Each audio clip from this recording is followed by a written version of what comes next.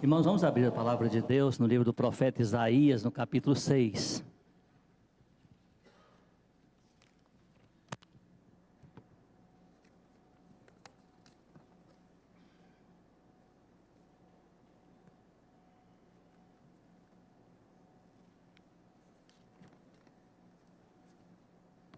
Nós vamos ler a palavra de Deus nos versículos de número 1 até o versículo número 8. Isaías 6.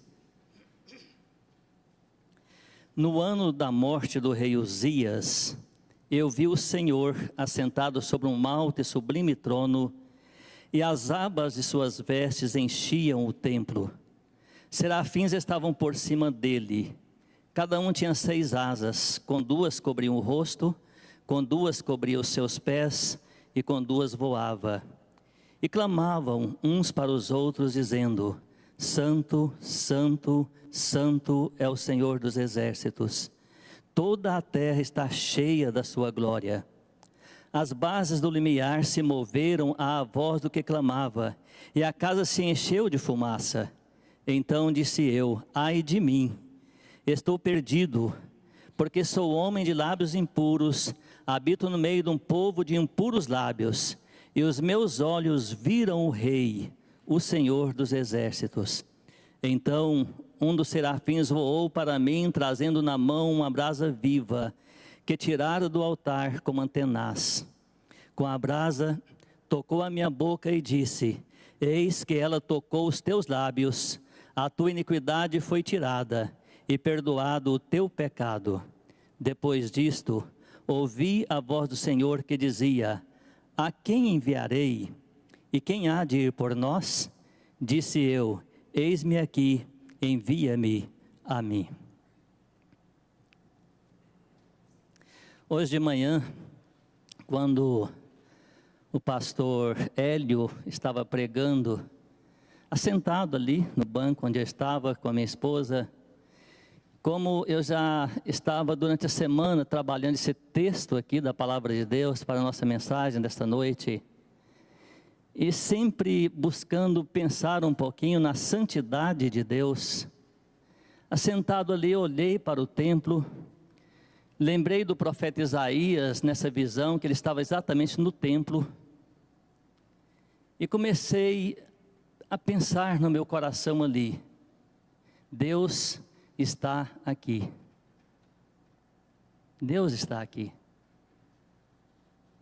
Mas, ao mesmo tempo, isso me leva a um outro pensamento não muito bom.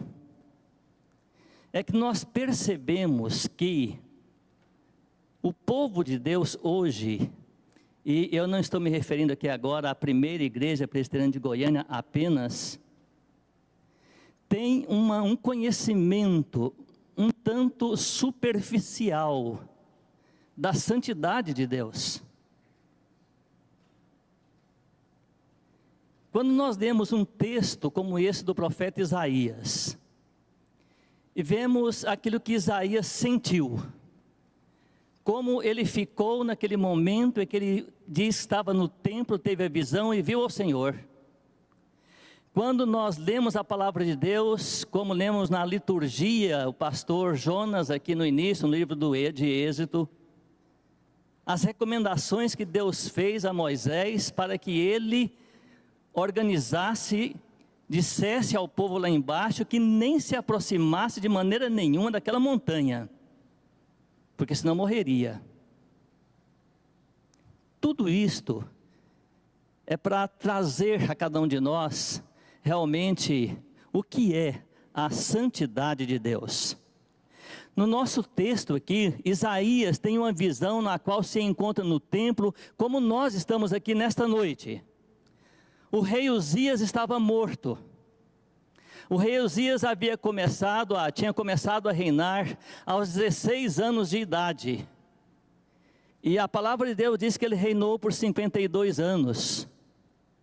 Porém, Uzias estando morto, Isaías vê agora um outro rei. E esse rei que Isaías vê agora no texto que nós lemos aqui é exatamente o rei supremo. Isaías agora vê não Uzias, mas ele vê o rei eterno, ele vê o rei dos reis, ele viu exatamente aquele que se assentou para sempre no trono de Judá. E se você olharem no versículo 1, a palavra dele está dizendo assim: eu vi o Senhor. Ele viu Deus, o soberano, assentado no trono. Mas não foi só isto que Isaías viu, ele entra em detalhes nessa visão. Ele entra em detalhes para nós nesse texto, de tudo aquilo que ele viu, como ele viu, o que aconteceu com ele. Acompanhe comigo, por favor, no nosso texto agora, o versículo número 2, diz assim: serafins estavam por cima dele, cada um tinha 6 asas, com 2 cobria o rosto, com 2 cobria os pés, e com 2 voava.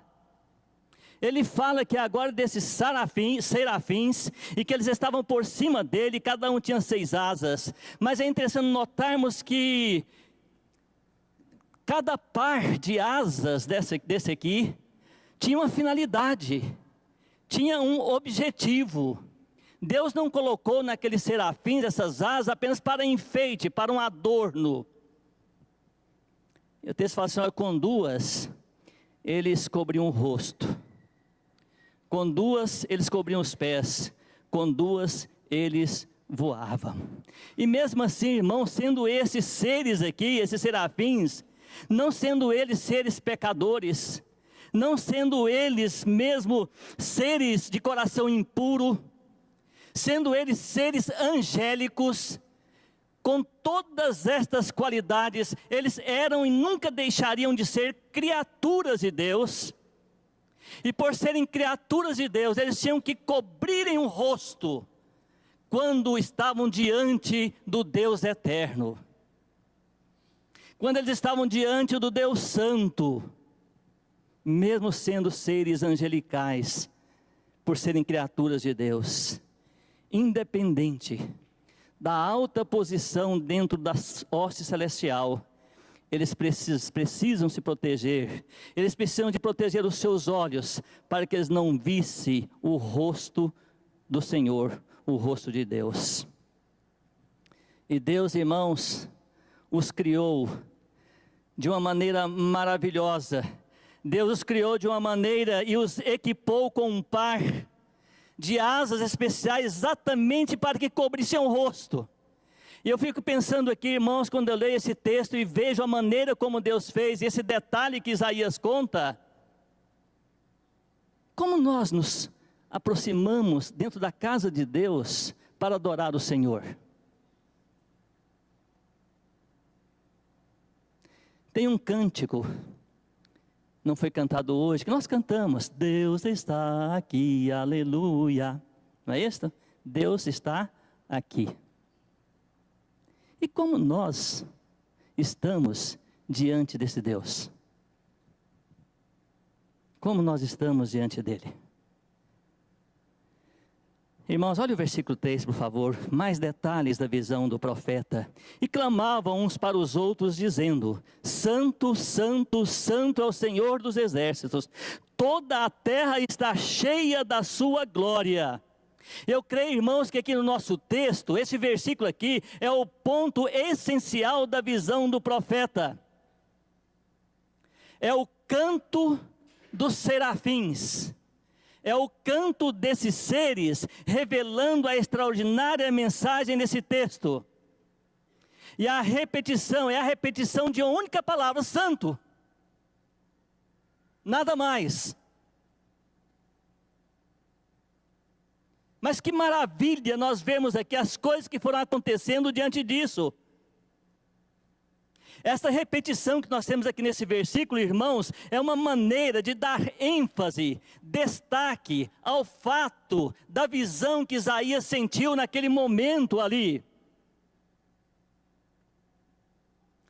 Se alguém pegar um livro meu emprestado, ou coisas assim, ou pegar para folhear livro que eu já li, vão ver dentro desse livro que tem parágrafos inteiros, às vezes sublinhados com tintas de cor.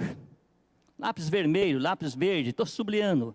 Aquilo ali é exatamente para fazer um destaque daquilo que eu achei mais importante dentro do capítulo que eu esteja lendo. Ou, se você pegar as minhas anotações aqui, você vai ver que nas minhas anotações tem aqui algumas palavras que estão em itálico ou em negrito, exatamente para destaque daquilo que é importante, que eu preciso ver quando eu estiver usando ou lendo novamente. E Deus, na sua palavra, Ele não usou nada em negrito, Ele não usou palavras em itálico, Ele não sublinhou nada em vermelho, mas Ele usa sim essa repetição, exatamente para dar ênfase naquilo que Ele quer nos ensinar, naquilo que Ele quer passar para nós. Ele usa o recurso da repetição. E nós temos como exemplo disso, lá em João capítulo 3, no versículo 3, quando Jesus conversa com Nicodemos, Ele fala assim: em verdade te digo, que se alguém não nascer de novo, não pode ver o reino de Deus. Em verdade, em verdade. Quando Jesus estava na casa de Lázaro, lá com Marta e Maria, naquele momento em que Marta estava ali preocupada com os afazeres da casa, Jesus quer falar algo para ela e chamar a atenção dela para algo mais importante do que ela fazia. Jesus fala assim: Marta, Marta. Olha a repetição. A repetição, irmãos, ela vem antecedendo, sim, algo muito importante a ser dito. E Jesus nos ensina isso aqui. Mas o que me impressiona aqui, irmãos, na palavra de Deus, é que somente uma vez na Bíblia, na palavra sagrada, um atributo de Deus é mencionado 3 vezes sucessivamente. E esse atributo de Deus que é repetido 3 vezes sucessivamente, é exatamente relacionado à sua santidade. Santo, santo, santo.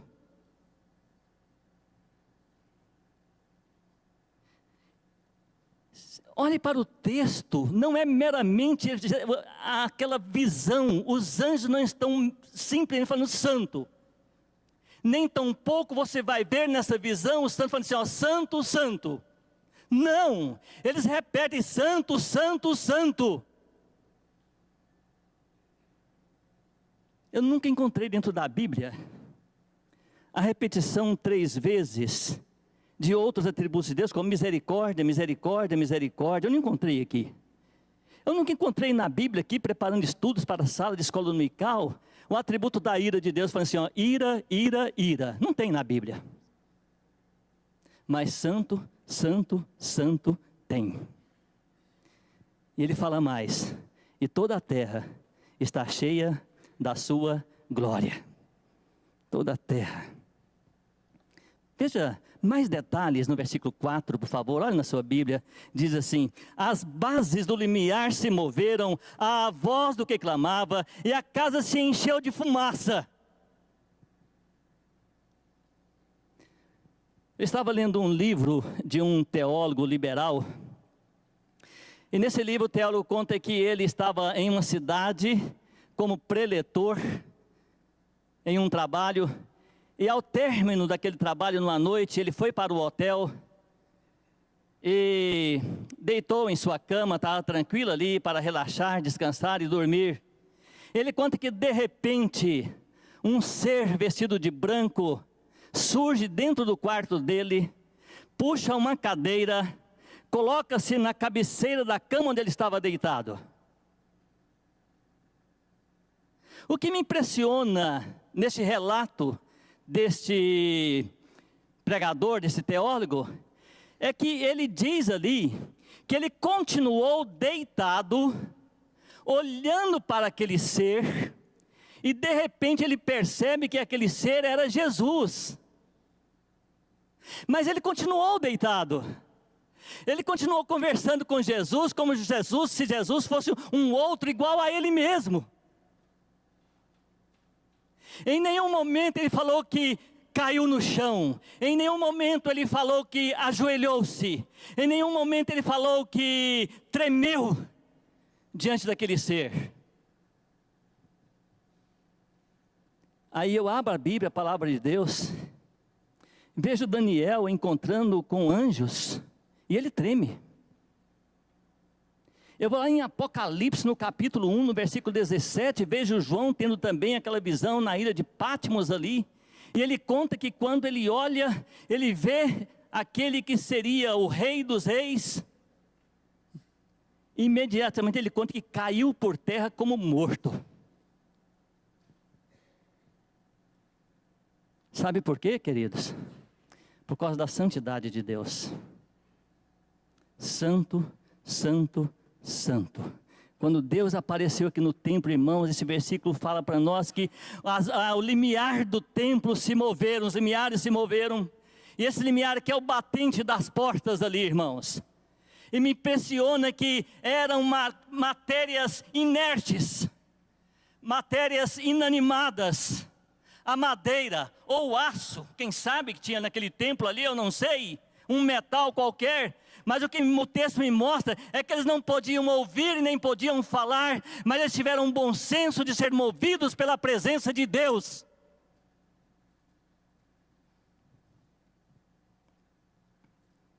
Eles estremeceram, começaram a tremer. Agora, o profeta, ele não para, ele continua nos dando os detalhes da visão. E quando nós vamos olhar os detalhes dessa visão aqui, nós vamos ver que no versículo número 5, por favor, olha aí, diz assim: então disse eu, ai de mim, estou perdido, porque sou homem de lábios impuros, habito no meio do povo de impuros lábios, e os meus olhos viram o rei, o Senhor dos exércitos. O profeta, irmãos, ele continua nos seus detalhes e ele conta aqui para nós que o que mais tremia naquele templo não eram os umbrais da porta, mas o que mais tremia naquele templo era ele, era o corpo dele. Ele tremia diante do Deus que estava à sua frente. E quando ele contempla o Deus vivo, o Rei do Universo, esse Deus que agora está revelado diante dos seus olhos em toda a sua santidade, Isaías não teve outra coisa a não se clamar: ai de mim, ai de mim. É o que ele clama. Agora, irmãos, põe atenção numa coisa, num detalhe aqui, nesse clamor do profeta Isaías aqui. O uso que Isaías faz dessa expressão, ai de mim, irmãos, ele é tremendo. Uma leitura rápida, como às vezes nós já fizemos aqui nesse texto do profeta Isaías, não nos mostra nada, às vezes, nessas palavras do profeta Isaías. Na palavra de Deus, o ai é sempre uma expressão de juízo de Deus sobre alguém. E se você olha comigo aí em Isaías, capítulo 5 mesmo, está aí na folha ao lado, por favor. Olha no versículo 11, diz assim: ai dos que lavaram, só até aí. Olha no versículo 18, começa também com ai. Ai dos que puxam para si iniquidades. Olha o versículo 20. Ai dos que ao mal chamam bem. Versículo 21. Ai dos que são sábios aos seus próprios olhos. Versículo 22. Ai dos que... Olha, e aí continua. E se você for agora com a sua Bíblia, lá em Mateus, não precisa ir lá, por favor. No capítulo 23, versículos 13 até o versículo 29. Os ais estão ali como juízo e a maldição de Deus sobre os escribas e fariseus hipócritas. Mas tem uma coisa, irmãos. Uma coisa é o profeta anunciar maldição sobre cidades, sobre nações, sobre indivíduos. Outra coisa bem diferente é pronunciar maldição sobre si próprio. E é isso que Isaías faz aqui. Ele está pronunciando a maldição sobre a sua própria cabeça. Ai de mim! Ai de mim! E imediatamente, após essa exclamação, Isaías bradou: estou perdido! Estou perdido. Lendo sobre o profeta Isaías, no livro do Sproul, que eu gosto muito e recomendo, qualquer livro dele você pode ler, que vale a pena. Ele diz sobre Isaías, o profeta Isaías, o seguinte: põe bem atenção, se já houve algum homem íntegro no mundo, este foi Isaías, filho de Amós. E ele continua: Isaías era um indivíduo reto, completo, Seus contemporâneos o consideravam a pessoa mais justa da nação. Era respeitado como um exemplo de virtude. A Sproul mostra tudo isso aqui e nos leva para um outro ponto aqui, irmãos. Olha, pense bem, esse homem com tantas virtudes, tantos predicados, de repente ou repentinamente, de súbito, toda a sua autoestima foi quebrada. Em poucos segundos ele ficou exposto. Em poucos segundos Isaías aqui ficou despido sob o olhar penetrante do modelo absoluto de santidade que é o nosso Senhor. Ficou totalmente exposto. Sabe, irmãos, comparado com outras pessoas contemporâneas de Isaías, ele podia sustentar uma opinião, quem sabe, elevada sobre o seu próprio caráter. Não tenho dúvida nenhuma disso. Mas no momento, irmãos, em que ele se viu diante do modelo absoluto de santidade que é Jesus Cristo, naquele momento ali, irmãos, ele foi destruído. Naquele momento, irmãos, em que ele está diante do modelo absoluto de santidade que é Jesus Cristo, ele foi aniquilado moral e espiritualmente. Ele desintegrou-se, ele caiu aos pedaços, seu sentimento de integridade desmoronou naquele momento ali, e ele só pode dizer uma coisa: sou homem de lábios impuros.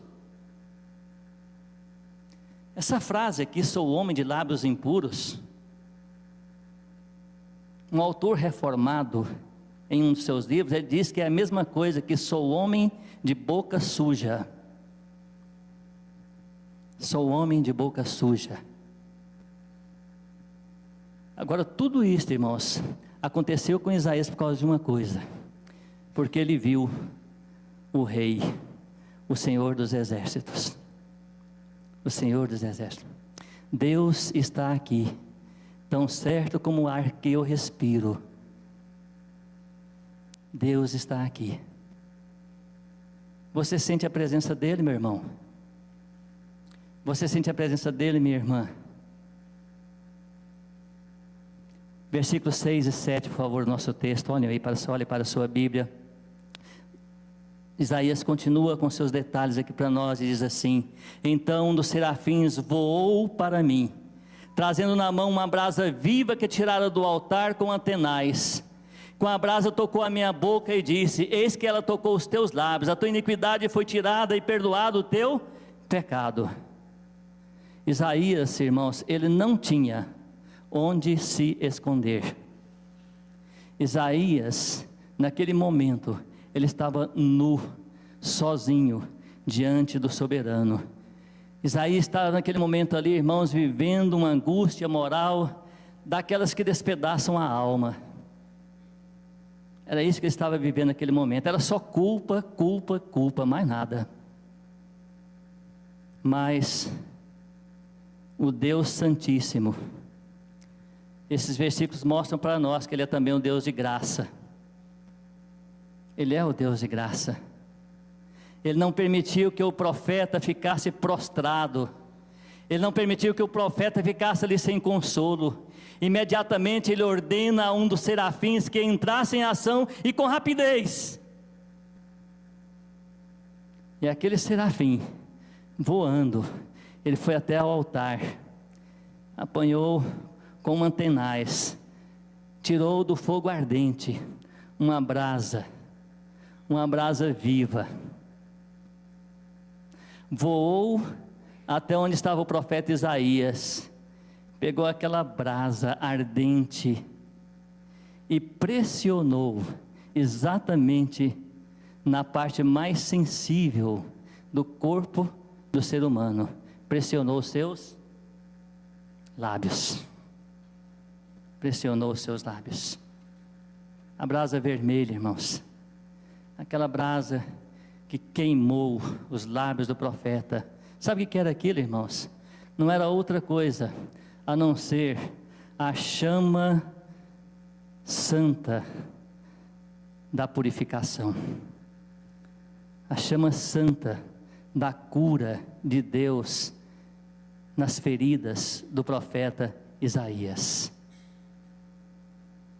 A chama santa queimou seus lábios. Foi doloroso. Foi uma demonstração da dura misericórdia de Deus sobre ele. A ferida de Isaías estava sendo cauterizada. A sujeira da boca do profeta estava sendo queimada. E nesse ato de santificação, Isaías experimentou agora, queridos, um perdão que foi além da purificação dos seus lábios. Nesse momento aqui agora, nesse ato daquele serafim com aquela brasa viva nos lábios do profeta, estava exatamente ele sendo transformado, completamente perdoado. Só que essa transformação, a qual o profeta estava passando por ela naquele momento, não foi uma transformação sem dor, e dor terrível do arrependimento. Não foi. E então, irmãos, vem o último detalhe que esse texto traz para nós no versículo 8. Por favor, olhe na sua Bíblia. Está assim: depois disto, ouvi a voz do Senhor que dizia: a quem enviarei? E quem há de ir por nós? Disse eu: eis-me aqui, envia-me a mim. Envia-me a mim. Até então, o profeta Isaías, ele tinha visto a glória de Deus. Até aquele momento, irmãos, o profeta Isaías, ele tinha ouvido a canção dos serafins. Até aquele momento, irmãos, o profeta Isaías, ele tinha sentido o calor daquela brasa viva em seus lábios. Depois disto, então, pela primeira vez, ele ouve a voz de Deus. Ele ouve agora Deus falando com ele. A voz, irmãos, aqui que a Bíblia descreve como sendo o som de muitas águas. E esse som da voz de Deus, esse som de muitas águas, ecoou naquele momento dentro daquele templo onde o profeta estava tendo a sua visão. E uma pergunta penetrante então surge para o profeta, e a pergunta é esta: a quem enviarei? E quem há de ir por nós?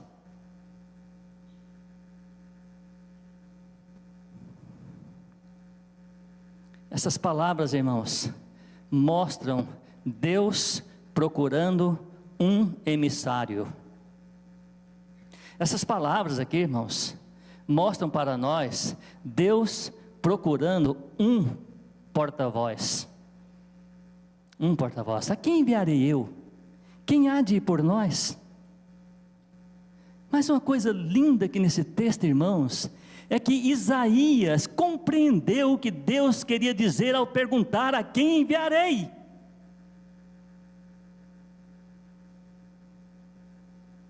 Ele ouviu, ele entendeu, ele aceitou. Ele não ficou parado em nenhum instante. E nós podemos ver isso exatamente na resposta que o profeta Isaías dá. E há um detalhe nessa resposta que Isaías dá aqui, a voz de Deus, interessante, irmãos, que eu quero deixá-lo aqui com a igreja nesta noite. É que quando Isaías ouve aquela voz, ele não respondeu: estou aqui.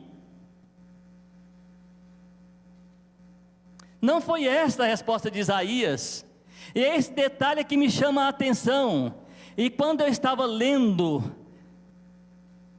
sobre Isaías, o autor do livro me impressionou como ele destacou uma diferença tão pequena, tão importante, mas que pode passar totalmente despercebida por qualquer um de nós. E esse autor é Sproul mesmo. Ele diz assim, olha, ele não respondeu, estou aqui. E ele fala que há uma boa diferença entre eis-me aqui e estou aqui. Mas qual é essa diferença? Se Isaías houvesse respondido, estou aqui, ele estaria indicando apenas a sua localização, a sua posição geográfica. É como se alguém me chamasse, eu estivesse lá na capela, e eu ouvisse alguém me chamando, Alípio, e eu de lá gritasse, estou aqui. Isaías não respondeu isto. Quando ele ouve Deus chamar, quando Deus falar, ele se coloca diante, ele estava na presença, ele fala para o Senhor assim, eis-me aqui. Esse eis-me aqui, irmãos, é como Isaías, se Isaías estivesse dando um passo à frente como voluntário, e dizendo assim para Deus, eis-me aqui, eu irei, envia-me a mim. Envia-me a mim. Irmãos, Deus está aqui. Deus está aqui. Eu canto que Ele está aqui. Nós cantamos que Ele está aqui. Mas, irmãos, Deus está aqui desde o momento em que aquelas portas se abrem e nós nos adentramos aqui dentro da casa de Deus. Isaías, na presença de Deus, ele tremeu. A pergunta é esta: e nós, como nos comportamos diante de Deus?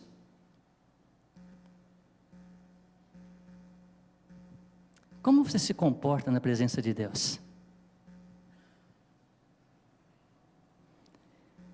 Fiz evangelismo com o Senhor, fizemos discipulados por alguns meses com esse Senhor. Ele veio do catolicismo romano, e no discipulado nós estudando a Bíblia juntos, mostrando sobre Deus, falando sobre Deus com esse Senhor. Um dia ele falou para mim assim, Alípio, você sabe que eu fui orar ao deitar? Quando eu ajoelhei na beira da minha cama para orar, eu vi que eu estava só de short, totalmente despido o resto. E eu não tive coragem ali de orar. Eu não tive coragem, eu tive que levantar, pôr a minha camisa, e aí então ajoelhei e fui orar. Eu falei para ele assim, irmão, não precisa tanto assim não. Deus conhece você com roupa e sem roupa. Você podia ter orado, não tem problema nenhum. Mas eu estou contando isso aqui para os irmãos verem como que as pessoas começam a vida cristã temendo essa santidade de Deus. E muitas vezes o tempo vai passando, e sabe o que acontece? Nós nos acostumamos com Deus. Ele passa a ser um de nós.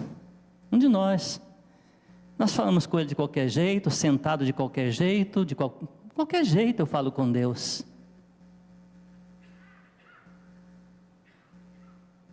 Aí eu pergunto, santo, santo, santo é o Senhor dos Exércitos. Ele é santo para você, meu irmão. Ele é santo para você, minha irmã. Como você se aproxima de Deus? Isaías tremeu. A madeira tremeu. Os metais tremeram diante de Deus. Irmãos, eu quero concluir a mensagem desta noite com uma aplicação que eu quero fazer aqui. A aplicação é esta, irmãos.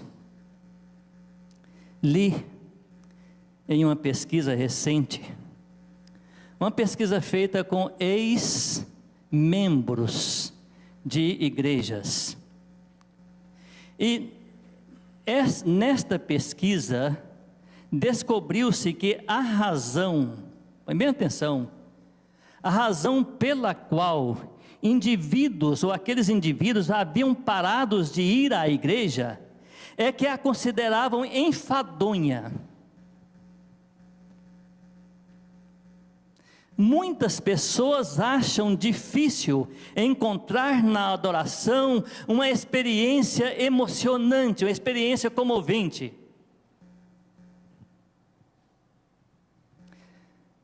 Agora, se esse é o seu caso, se este é o seu caso, se esse é o seu problema, Isaías nos ensina o que fazer. Primeiro, sentir a presença de Deus no templo. Sentir, meu irmão, que a glória de Deus enche esse lugar.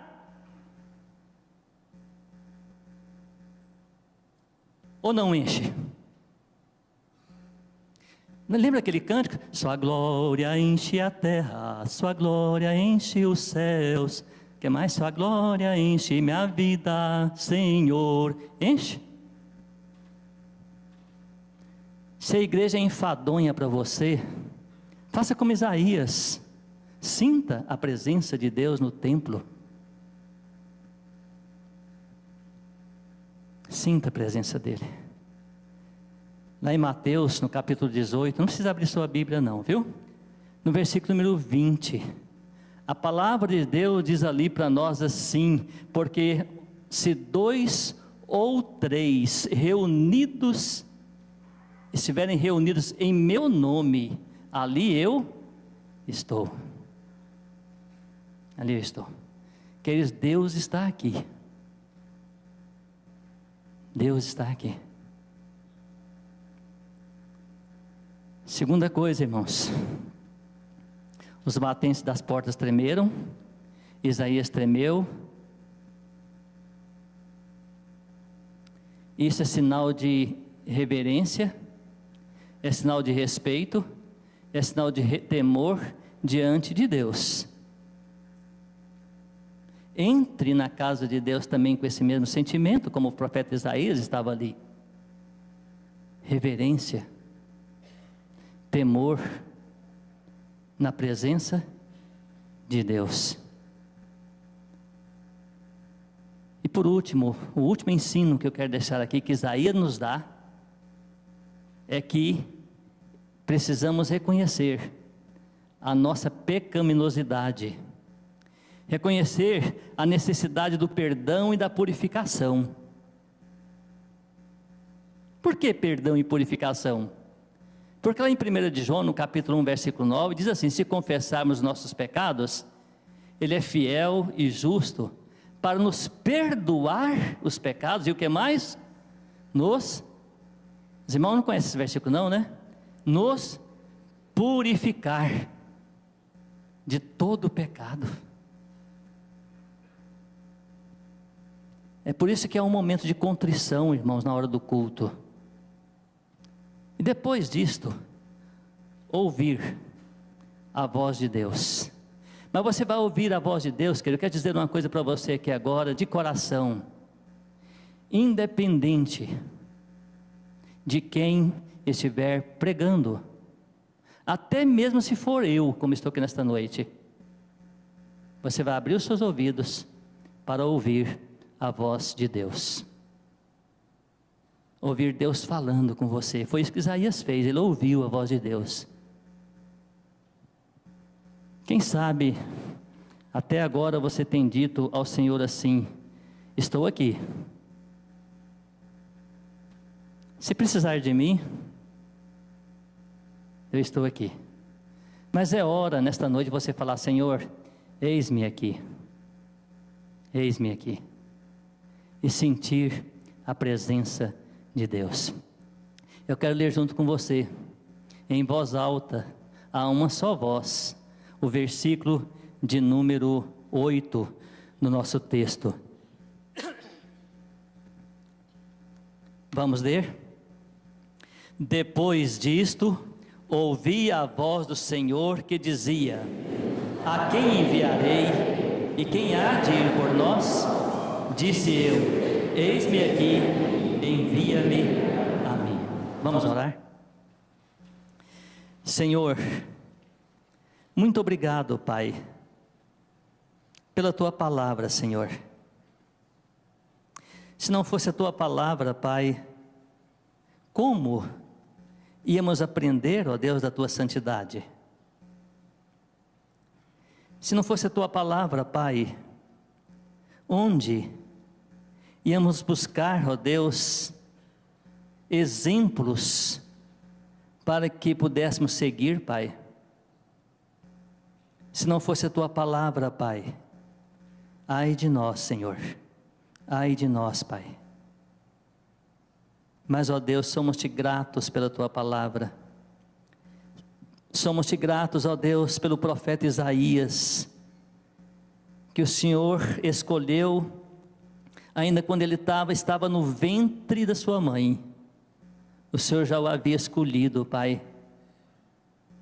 E agora estamos aprendendo, ó Deus, ainda com Ele, na Tua palavra, Pai. Obrigado por tudo, Senhor. Obrigado, Pai, pela Tua presença, ó Deus, neste lugar, Pai. Obrigado, Pai, porque a Tua glória enche este lugar, Pai. Obrigado, Pai, porque o Senhor é fiel à Tua palavra. E o Senhor cumpre, ó Deus, detalhes por detalhes da Tua palavra, Pai. E o Senhor está aqui conosco, Pai. Aleluia, Senhor. Ó Pai querido, que a Tua palavra nesta noite, como diz o próprio profeta, que ela não volte para o Senhor vazia, mas que ela faça, ó Deus, aquilo que lhe apraz, aquilo que é a Tua vontade, que ela prospere, ó Deus, naquilo para qual o Senhor a enviou, Pai. Seja assim, ó Deus, para a honra, para a glória do Senhor. É a nossa súplica, ó Deus, em nome do Teu Filho, o nosso Senhor, o nosso Salvador, Jesus Cristo. Amém, Senhor. Amém, Pai.